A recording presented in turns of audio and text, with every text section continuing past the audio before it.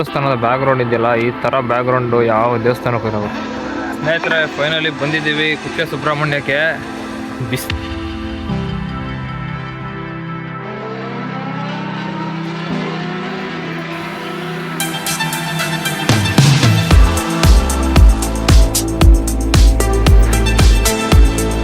ಅಕ್ಟೋಬರಲ್ಲಿ ಈ ಪಾರ್ಟಿ ಬಿಸಿಲು ಬಿಡ್ರೆ ಬೇಸಿಗೆಲಿ ಇನ್ನಂಗೆ ಹೊಡಿತದಲ್ಲ ಬಿಸಿಲು.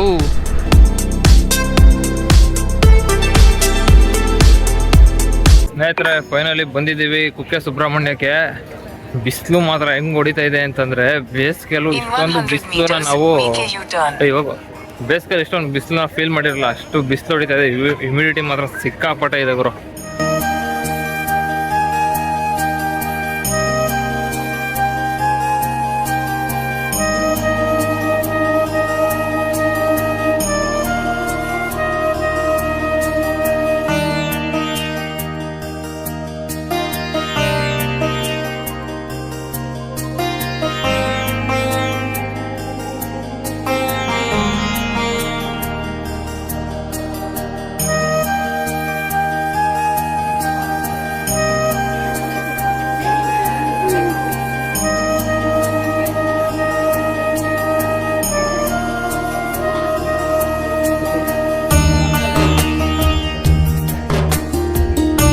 ಇಲ್ಲಿಂದ ಯಾವ ತರ ಎಷ್ಟು ಅದ್ಭುತವಾಗಿ ಕಾಣಿಸ್ತದೆ ಒಳ್ಳೆ.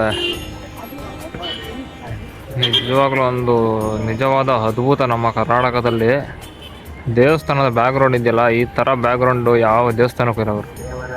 ಸಖತ್ತಾಗಿದೆ.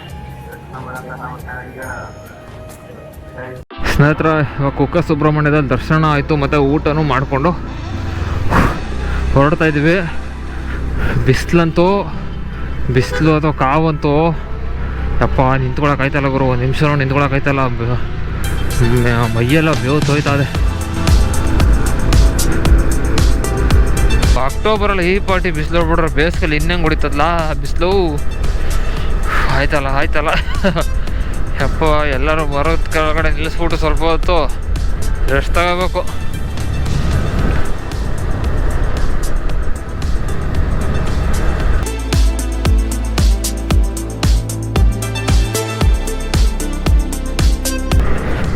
ಇವಾಗ ನೀರೇ ಇಲ್ಲ, ಆರಾಮಾಗಿ ಇಳಿದ್ಬಿಟ್ಟು ನಡ್ಕೊಂಡು ಹೋಗ್ಬೋದು. ಆ ಥರ ನೀರದೆ ಅಷ್ಟೆ.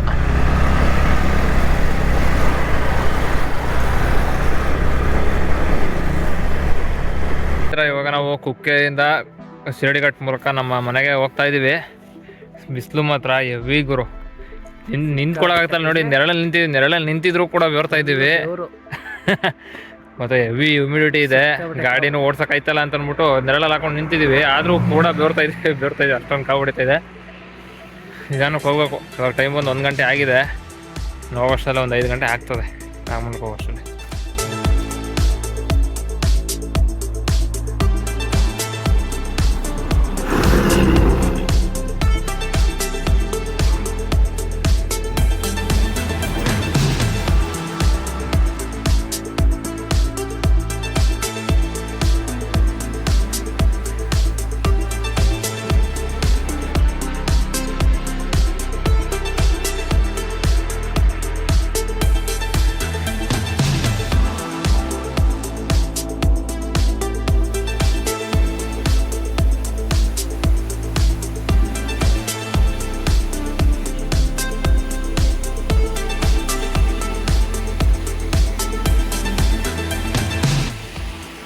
ನೋಡ್ರಪ್ಪ.